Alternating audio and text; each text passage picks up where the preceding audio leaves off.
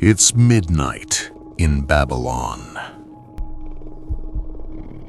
A 75-year-old man sits in absolute darkness, surrounded by beasts that haven't eaten in 3 days. The king who threw him here is pacing his palace, unable to sleep. By every law of nature, Daniel should already be dead. But something impossible is happening in that pit. This is the true story of the night that defied every odd, challenged an empire, and proved that some forces are more powerful than fear itself.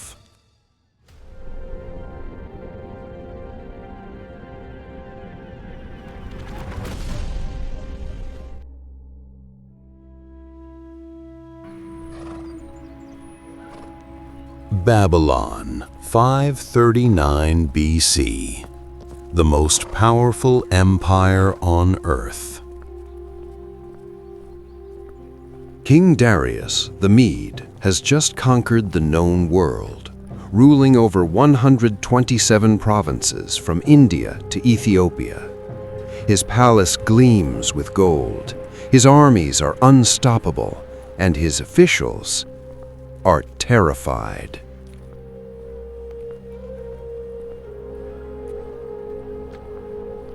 Because the king has just promoted an outsider to the highest position in the land, not a Babylonian, not even a Mede, a Jewish exile named Daniel.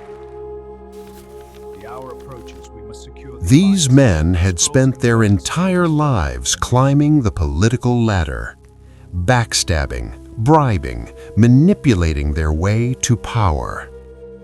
And now this foreigner was about to be placed above them all. Why? Because Daniel had something they didn't, an extraordinary spirit, the Bible says. No corruption, no scandals, no skeletons in his closet.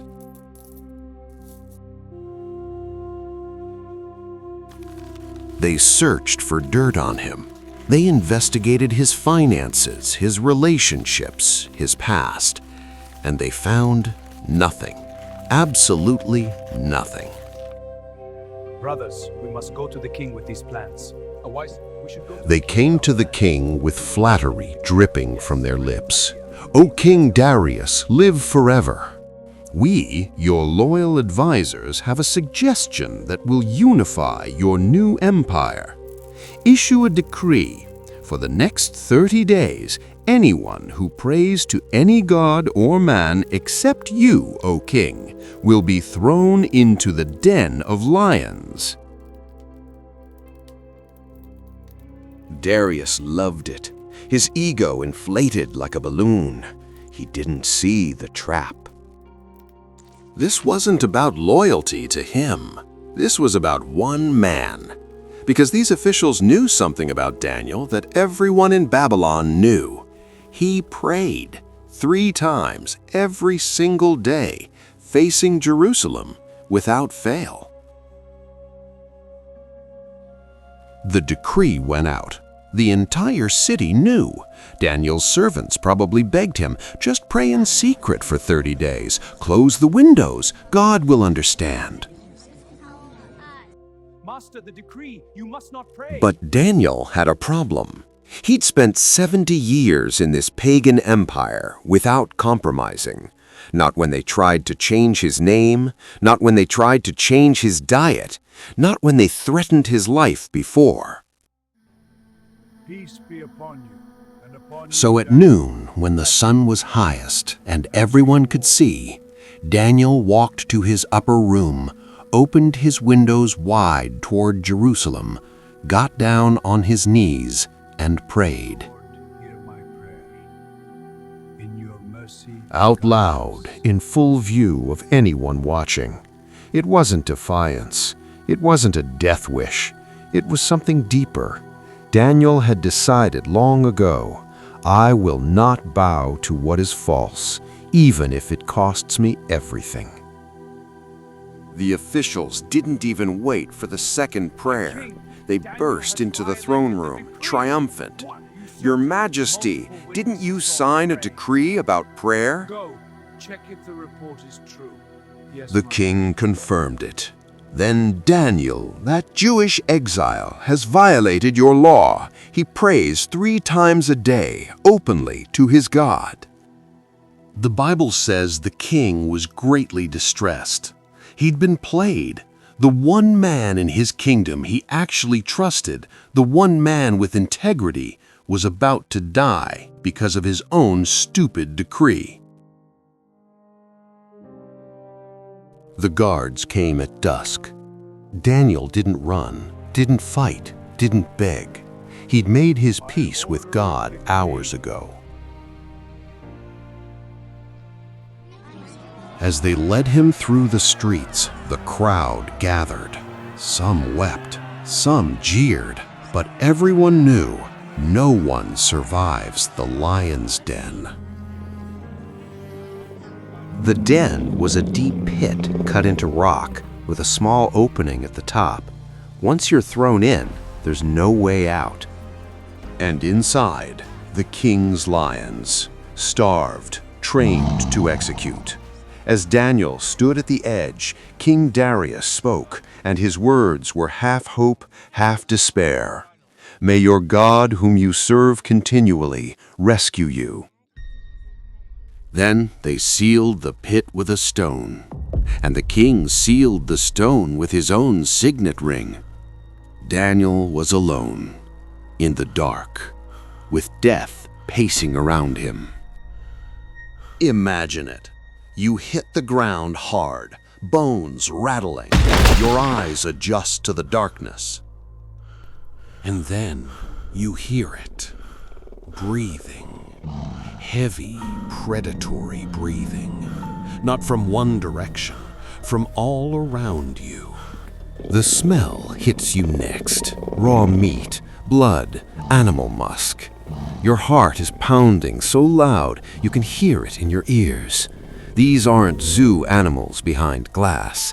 These are killing machines. 400 pounds of muscle, teeth designed to crush skulls, claws that can disembowel with one swipe, and they're hungry.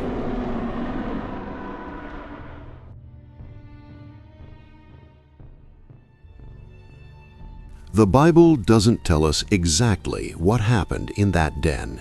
But here's what we know. Daniel survived. Not by fighting, not by hiding. He survived 12 hours in a pit with apex predators and didn't get a scratch.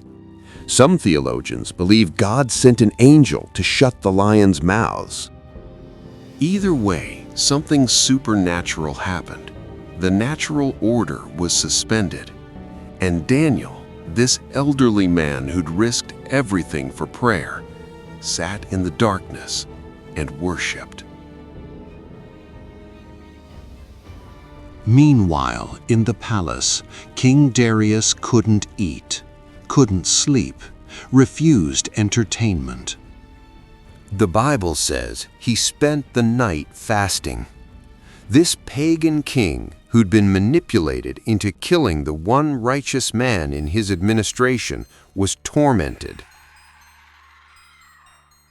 Every hour felt like a year. Was Daniel already dead? Torn apart? Did he suffer? As soon as the first light of dawn broke the horizon, the king jumped up and ran. Not walked, ran to the den.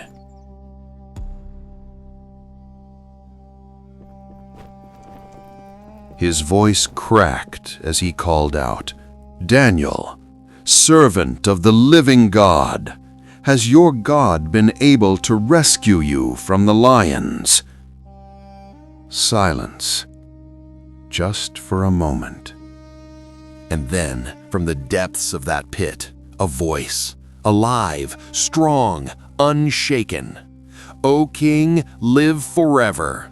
My God sent his angel and shut the mouths of the lions." They have not hurt me because I was found innocent in his sight.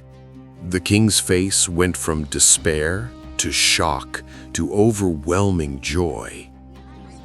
He ordered Daniel pulled out immediately, and when they examined him, not a wound, not a scratch, not even a bruise from the fall.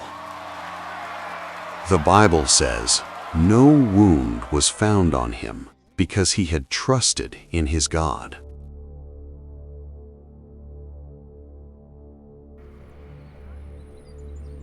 Now, here's where the story gets dark. King Darius was furious, not at Daniel, at the men who'd manipulated him. He ordered the arrest of every official who'd brought the accusation against Daniel, and their punishment? The very sentence they designed for Daniel. The Bible records this with brutal honesty. They threw them into the lion's den, them, their children, and their wives. And before they reached the floor of the den, the lions overpowered them and crushed all their bones.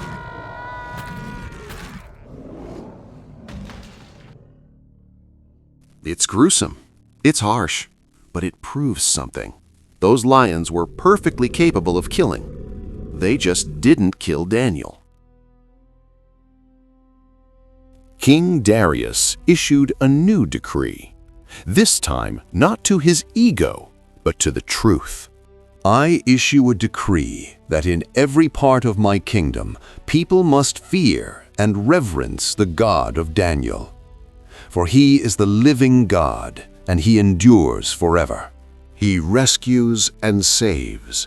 He performs signs and wonders in the heavens and on the earth.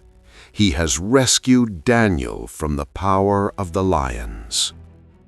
A pagan king ruling the most powerful empire on earth just declared the God of a Jewish exile to be supreme.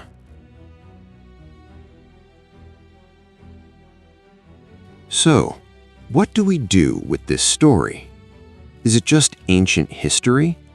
Or does it speak to something we're facing right now?